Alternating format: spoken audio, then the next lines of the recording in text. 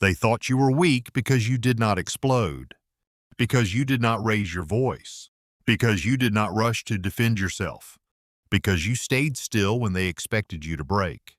But calmness is easy to misunderstand, especially by people who only recognize strength when it makes noise. They see silence and call it fear. They see restraint and call it softness. They see composure and assume there is nothing underneath. But sometimes the calmest person in the room is not the weakest one. Sometimes they are the only one still in control. They feel the anger. They feel the disrespect. They feel the pressure rising. But they do not hand their body over to it. They do not let someone else's chaos become their command. That is not weakness. That is discipline. Calm people are often underestimated because their strength does not perform. It does not announce itself. It does not try to look dangerous. It does not need to dominate the room. And to people who confuse power with volume, that can look like no power at all. To them, strength means interruption, a sharper comeback, a louder voice, a faster reaction, a visible win. But real strength is not always fast. Sometimes it waits, it watches, it chooses. And the pause before the reaction is not empty. It is where power begins. A calm person is not always avoiding conflict. Sometimes they are refusing to become part of someone else's emotional mess. They are not quiet because they have nothing to say. They are quiet because they are deciding whether the moment deserves an answer. That is the part many people miss. Not every insult needs your mouth. Not every accusation needs your defense. Not every provocation deserves your nervous system. Not every loud person deserves to become the center of your day. Some people throw noise into the room and wait for you to catch it. Calm people often let it fall. They are not giving away every emotion on demand. They are not donating their peace just because someone wants a reaction. They understand something simple. Access to your energy is not automatic. And once you understand that, you stop reacting to everything that tries to pull you. The world rewards noise because noise is easy to see. The loud person looks confident. The aggressive person looks powerful. The person who takes up the most space looks important. But sometimes what looks like confidence is just insecurity moving quickly.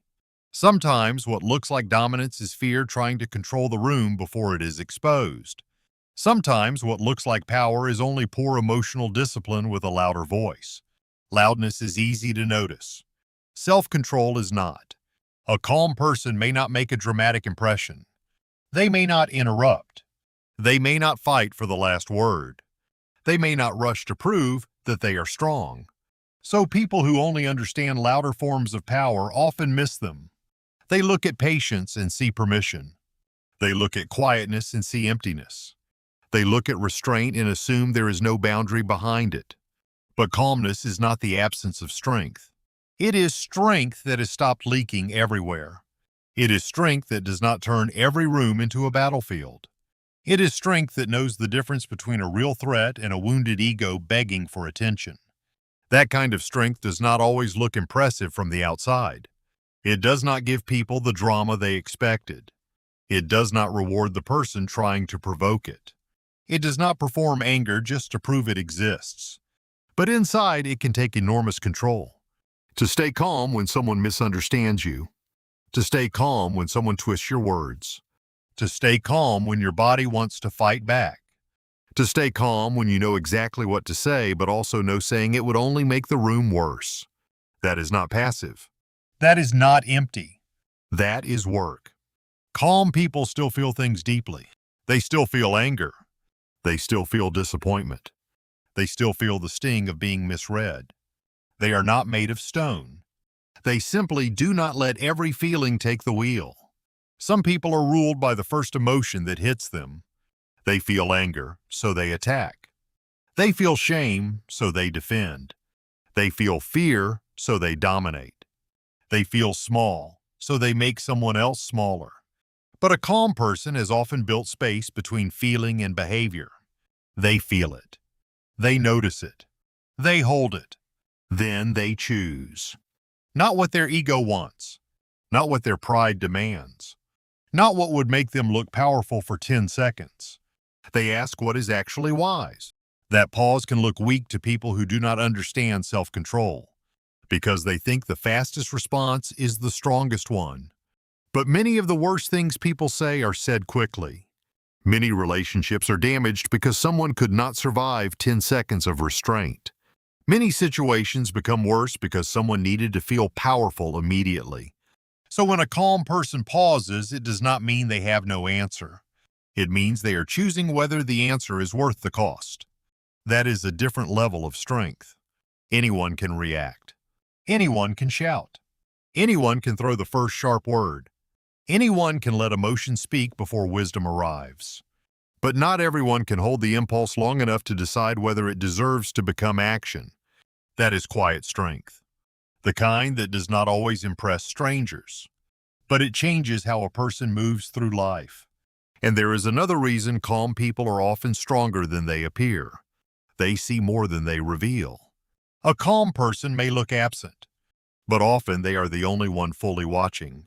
They hear the words, but they also hear the tone. They notice timing. They notice avoidance. They notice when someone gets louder because they have run out of truth. They notice when confidence turns into performance. They notice when a conversation becomes a trap. And because they notice, they do not always answer immediately. They are reading the room. They are studying the pattern. They are asking, what is really happening here? Not just what is being said. This is why calm people can seem slow to respond. They are not slow. They are careful. They know the first version of a situation is rarely the full truth.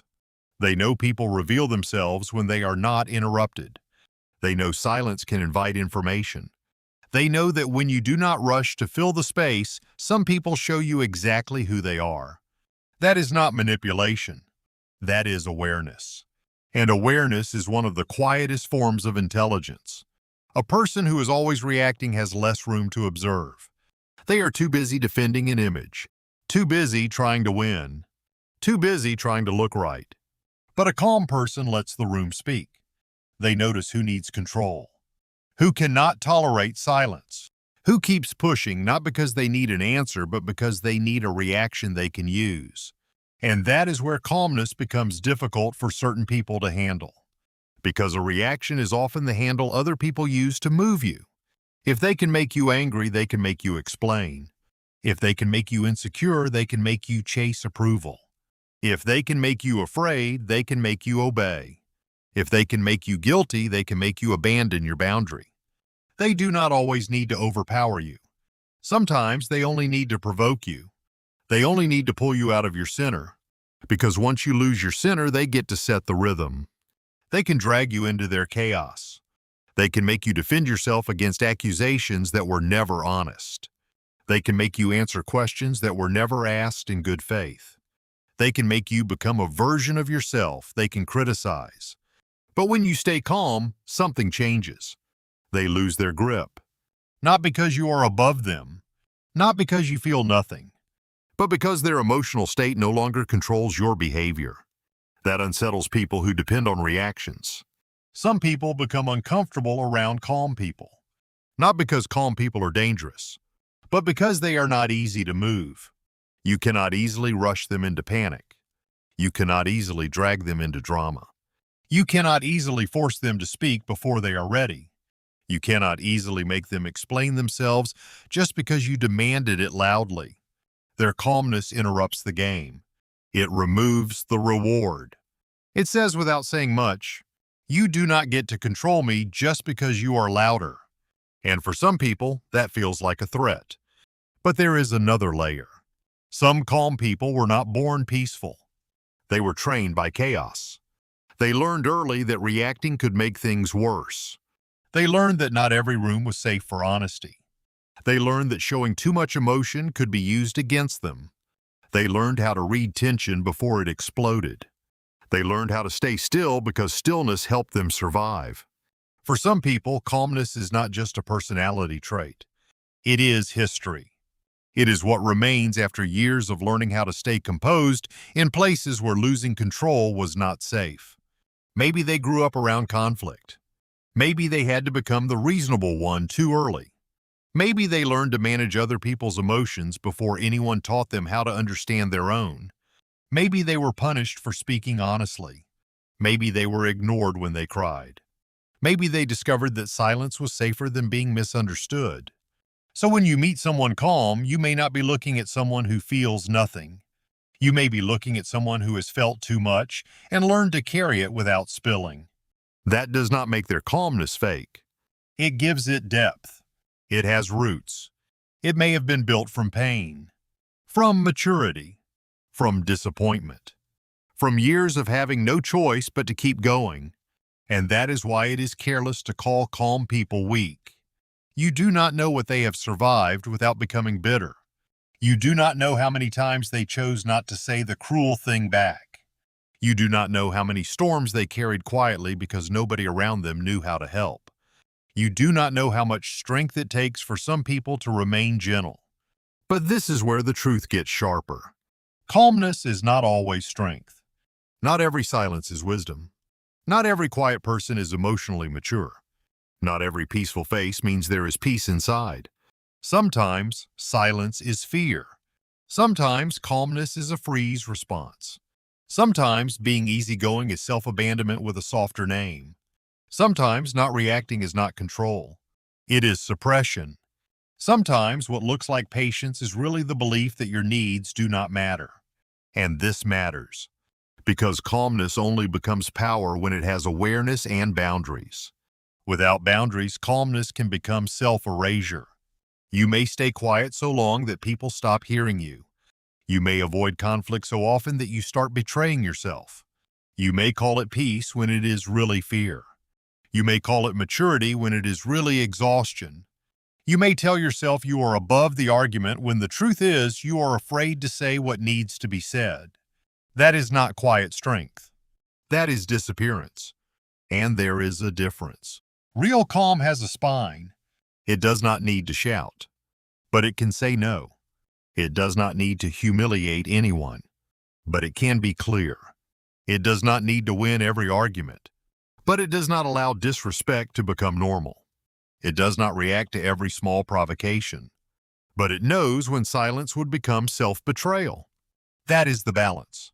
Calmness is powerful when it is chosen, not when it is forced, not when it is used to hide, not when it becomes a mask for pain that has nowhere to go. The strongest calm people are not the ones who never speak. They are the ones who know when to speak and when not to. They know when a response is necessary. They know when distance is wiser. They know when someone deserves an explanation. They know when silence is enough. They know when to leave a room without slamming the door. And they know when to stand still and say, "No, this is not acceptable." That is quiet strength, not passivity, not people-pleasing, not pretending everything is fine. It is calm with self-respect, calm with clarity, calm with a boundary, calm that does not need to dominate the room but refuses to disappear inside it. And that kind of calm is rare, because it asks you to do something difficult.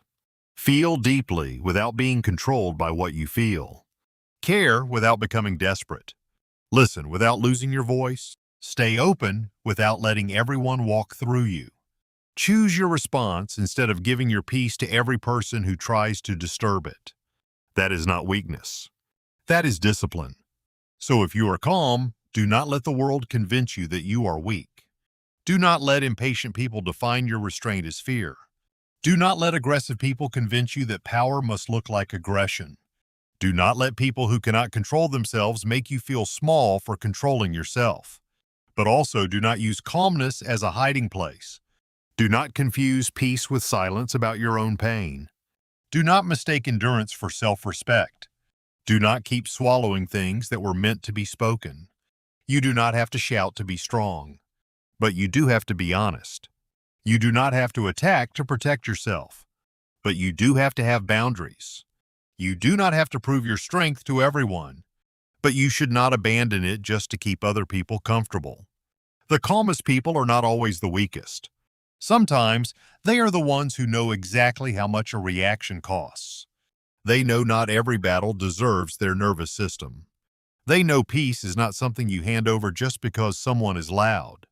They know being misunderstood is sometimes better than being pulled into a version of yourself you no longer respect.